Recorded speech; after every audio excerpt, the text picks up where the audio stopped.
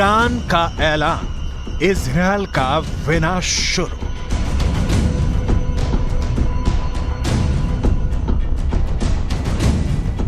Gaza में भयंकर नरसंहार का बदला अब ईरान लेगा।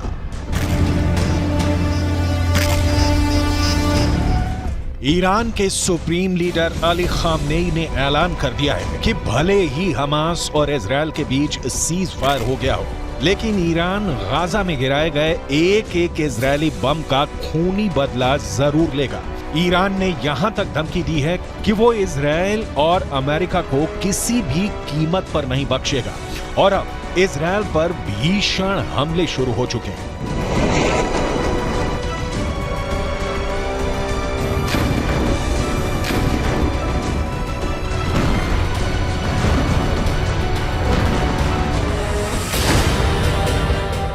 गाजा में एक एक बम का बदला लेगा ईरान।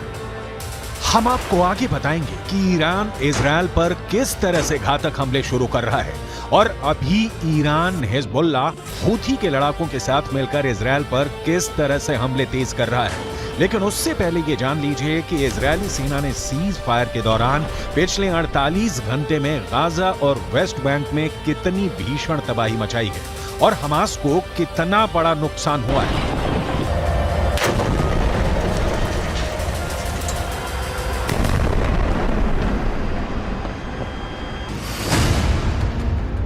इजरायल सुरक्षा बलों यानी आईडीएफ ने दावा किया है कि पिछले 24 घंटे में हमास के नौसेना बल के कमांडर को उसने मार डाला है। Commander Umar Abu Jallah Hamas की नौसेना बल में एक सीनियर कमांडर था। कमांडर उमर अबू जल्लाह को इजरायली सेना ने हवाई हमले में मारा है। अब तक हमास के 70 से ज्यादा कमांडर मारे जा चुके हैं। कमांडर उमर अबू जल्लाह से पहले दक्षिणी खान यूनुस बटालियन के कमांडर बिलाल अल कीदरा मारा गया था, जबकि उससे पहले कमांडर अयमन नोफेल और मेजर जनरल जियाद मोहिसेन भी मारे जा चुके हैं। जबकि हमास कमांडर मुराद अबू मुराद, अली कादी और मोहम्मद कटमश को भी आईडीएफ मार चुकी है।